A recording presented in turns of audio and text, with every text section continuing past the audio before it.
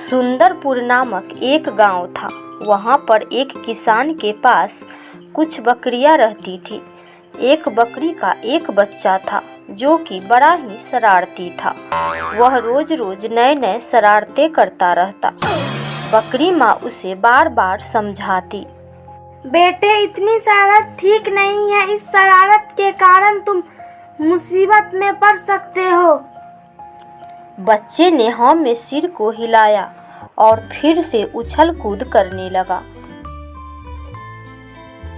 एक दिन बकरी और बच्चे दोनों भोजन की तलाश में जंगल में गए। माँ आगे आगे चल रही थी और बच्चा पीछे चल रहा था।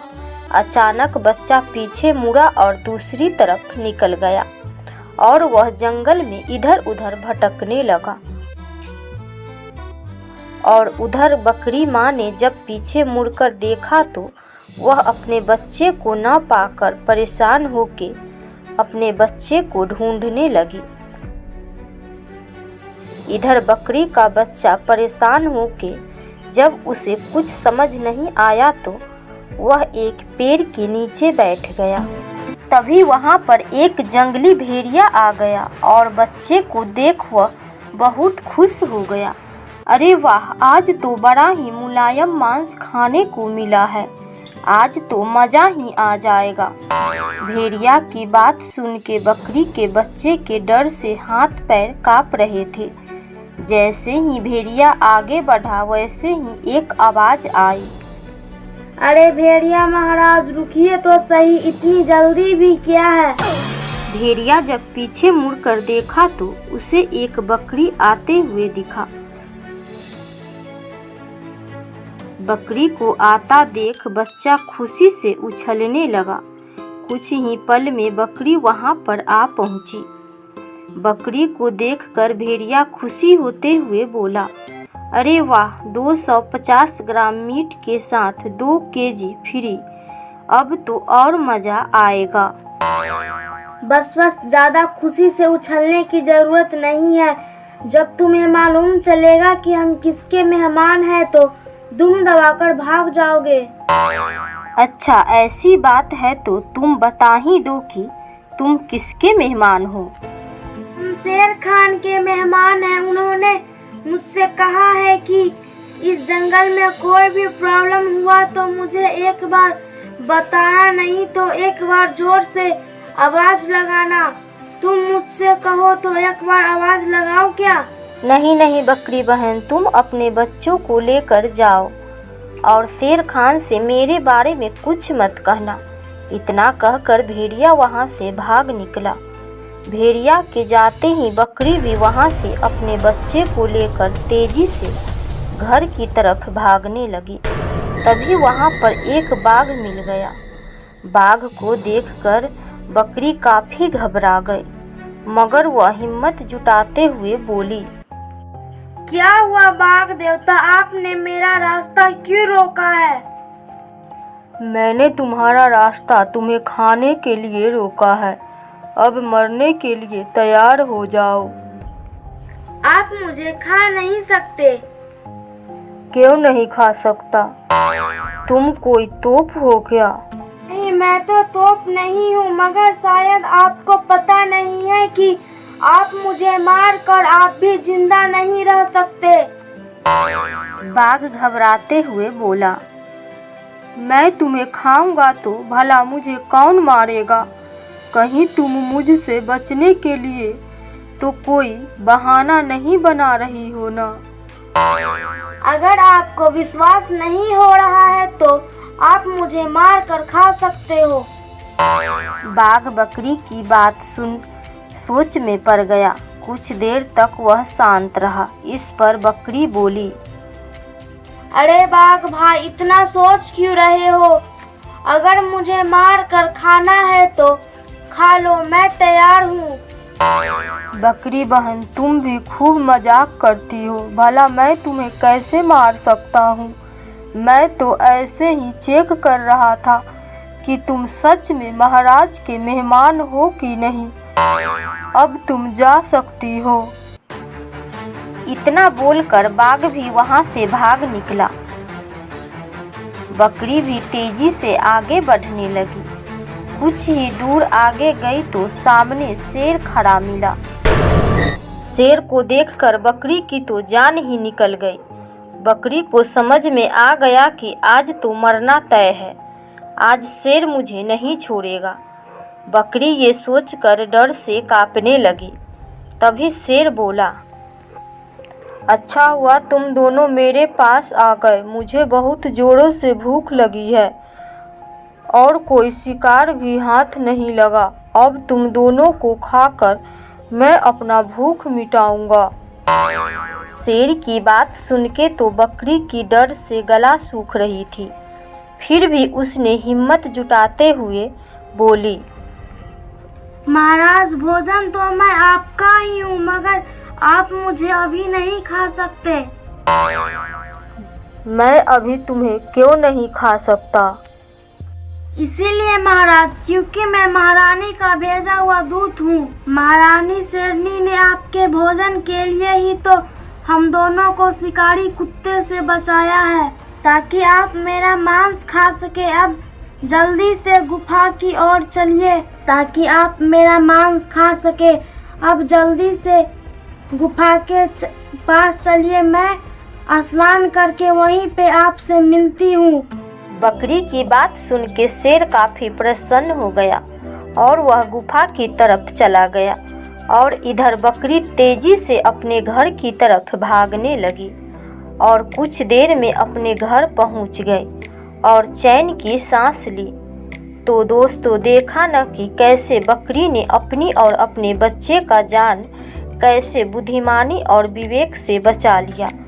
तो मिलते हैं फिर अगले कहानी के साथ। अगर आप चैनल पर नए हैं तो चैनल को सब्सक्राइब कर लें।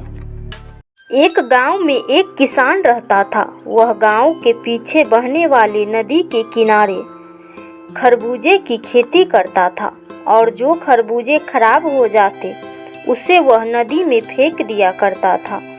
एक दिन एक खरबूजा एक लोमड़ी के हाथ लगी। वह खरबूजे को चख कर देखा तो उसे बहुत आनंद आया। उसे और खरबूजे खाने का मन किया, मगर वह खरबूजे की खेत में जा नहीं सकता क्योंकि खरबूजे की खेती नदी के दूसरी तरफ थी और नदी में पानी काफ़ी अधिक था। तब वह एक मगरमच्छ के पास गया और बोला, मामा अच्छा हुआ आप दिख गए, मुझे आपकी बहुत चिंता होती है। नदी में मछलियाँ अब बहुत कम हो गई है और आप नदी के बाहर शिकार भी नहीं कर सकते। इसीलिए मैंने एक योजना बनाई है। यदि आप मुझे अपनी पीठ पर बैठाकर नदी के उस पार करा दे तो मैं आपको बहुत सारा मीठा खरबूजा खाने को दूंगा। मीठा खरबूजा के नाम सुनते ही मगरमच्छ के मुंह में पानी आ जाता है और वह नदी पार कराने को तैयार हो जाता है। आओ भांजे, मेरे पीठ पर बैठ जाओ। मगरमच्छ लोमड़ी को अपने पीठ पर बैठाकर नदी के उस पार ले गया। लोमड़ी खेत में जाकर खूब सारे खरबूजे खाए और मगरमच्छ को भी खिलाया।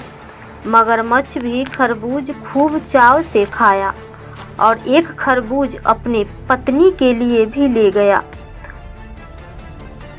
उसके पत्नी को भी खरबूज बेहद पसंद आया।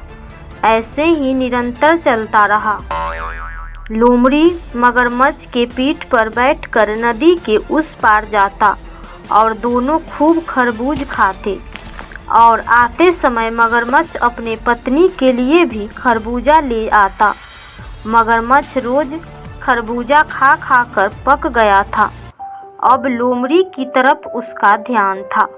अगले दिन मगरमच्छ लोमड़ी के पास गया और लोमड़ी हमेशा की तरह उसके पीठ पर बैठ गया।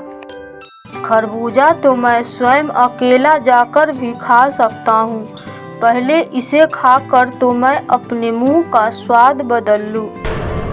जब मगरमच्छ नदी के बीच में पहुँचा तो सोचा, अब तो मैं इसे आराम से खा सकता हूँ और यह चाह कर भी भाग नहीं सकता। अब तो यह कुछ ही देर में मरने वाला है। इसे सच्चाई बता देनी चाहिए।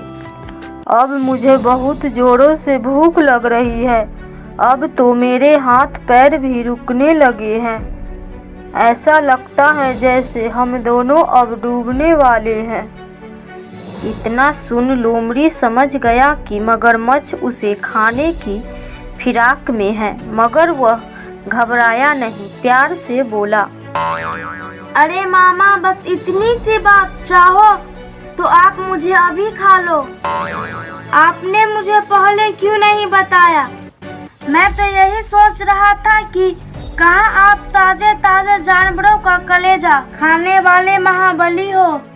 इतने दिनों से मामूली सी खरबूजा खाकर आपकी भूख शांत होगी, इसलिए मैं रोज खरबूजा खा खा कर अपना कलेजा बहुत बड़ा कर लिया हूँ। अब इतना बड़े कलेजा तो साथ में लेकर चल भी नहीं सकता। मैं अपना कलेजा झाड़ियों में छुपा कर रखा हूँ। यदि आप मुझे अभी खा ले तो हड्डियों के सिवा कुछ नहीं मिलेगा। थोड़ा और हिम्मत बांधो मामा। यदि आप किनारे चले तो मैं आपको अपना बहुत बड़ा स्वादिष्ट कलेजा खिलाता हूँ। यह सुन मगरमच्छ खुश हो जाता है और वह सोचता है लोमड़ी सही ही कह रहा है, और वह वापस किनारे आ जाता है। किनारे पहुँचते ही लोमड़ी उसके पीठ से कूदकर बोला, अरे मूर्ख मामू, दिखा दी ना दोस्ती की फितरत। अबे गधे, कोई अपना कलेजा भी कहीं निकाल सकता है क्या? अब चल भाग यहाँ से। अब मगरमच्छ अपनी मूर्खता पर पछतावा करने लगा और घर जाकर अपनी पत्नी से सारी बात बताई। चतुर सियार, इतनी आसानी से आपको बेवकूफ़ बनाया और आप बन भी गए। खैर, बकरी की माँ आखिर कब तक खैर मनाएगी? पता करो कि वह पानी पीने नदी के किस छोर पर आता है और वहीं पर दबोच लेना। कुछ दिन बाद मगरमच्छ को पता चला कि लोमड़ी बरगद के पेड़ के नीचे अंधेरे में पानी पीने आता है। योजना अनुसार मगरमच्छ वहां पहुंचकर लोमड़ी का इंतजार करने लगा। थोड़ी ही देर बाद लोमड़ी वहां आया और पानी पीने लगा। तभी मगरमच्छ लोमड़ी का पैर पकड़ लिया। लोमड़ी भी बिना हिले डुले मगरमच्छ से बोला, अरे मामा, पकड़ना चाहिए आपको, हमारा गोर तो पकड़ लिया बरगद का सोर। यह सुनकर मगरमच्छ को लगा कि वह सचमुच ही बरगद का सोर ही पकड़ लिया है और वह लोमड़ी का पैर छोड़ दिया, क्योंकि अंधेरा ज़्यादा था। जैसे ही पैर छूटे लोमड़ी वहाँ से भाग निकला। मगरमच्छ फिर अपनी पत्नी को सारी बात बताई। तो तुम फिर एक बार मूर्ख बन गए, मगर कोई बात नहीं, तुम पता करो कि वह रहता कहाँ है। और सारी योजना मगरमच्छ को समझा दिया। मगरमच्छ ने पता लगाया कि लोमड़ी एक गुफा में रहता है, और जैसे ही लोमड़ी गुफा से बाहर गया वैसे ही मगरमच्छ गुफा में जाके छुप गया। कुछ देर में लोमड़ी जब वापस आया तो वह गुफा के बाहर मगरमच्छ के पैर के निशान देखकर समझ गया कि मगरमच्छ गुफा में ही है। वह बोला, गुफा, अरे वह गुफा, गुफा वे गुफा। मैं जब भी आता था तो गुफा मुझसे बात करती थी, मुझे अंदर बुलाती थी, और आज गुफा मुझसे बात नहीं कर रही है। मेरे गुफा मुझसे बात नहीं करेगी तो मैं जा रहा हूँ। इतना सुन मगरमच्छ को लगा कि शायद गुफा मुझसे डर रही है। अगर यह लोमड़ी से नहीं बोली तो वह वापस चला जाएगा। इससे अच्छा मैं ही बोल देता हूँ। अंदर आओ, तुम्हारा स्वागत है। मगरमच्छ की आवाज़ सुनते ही लोमड़ी तुरंत वहाँ से उल्टे पांव भागा। कुछ देर इंतजार करने के बाद मगरमच्छ समझ गया कि लोमड़ी वहाँ से भाग गया है, और वह मुंह लटकाए फिर एक बार खाली हाथ अपने पत्नी के पास गया और सारी बात बताई। आपसे कुछ नहीं होगा, अब मुझे ही जाना होगा। पता करो कि लोमड़ी अब कहाँ रहता है। कुछ दिन बाद पता चला कि लोमड़ी एक झोपड़ी में रहता है। मगरमच्छ की पत्नी उसके मांद में पहुंचती है। उसको जाते हुए लोमड़ी देख लेता है और झोपड़ी में आग लगा देता है, जिससे मगरमच्छ की पत्नी उसमें जलकर मर जाती है और लोमड़ी अपने मित्रों के साथ मिलकर उसका दावत खाता है।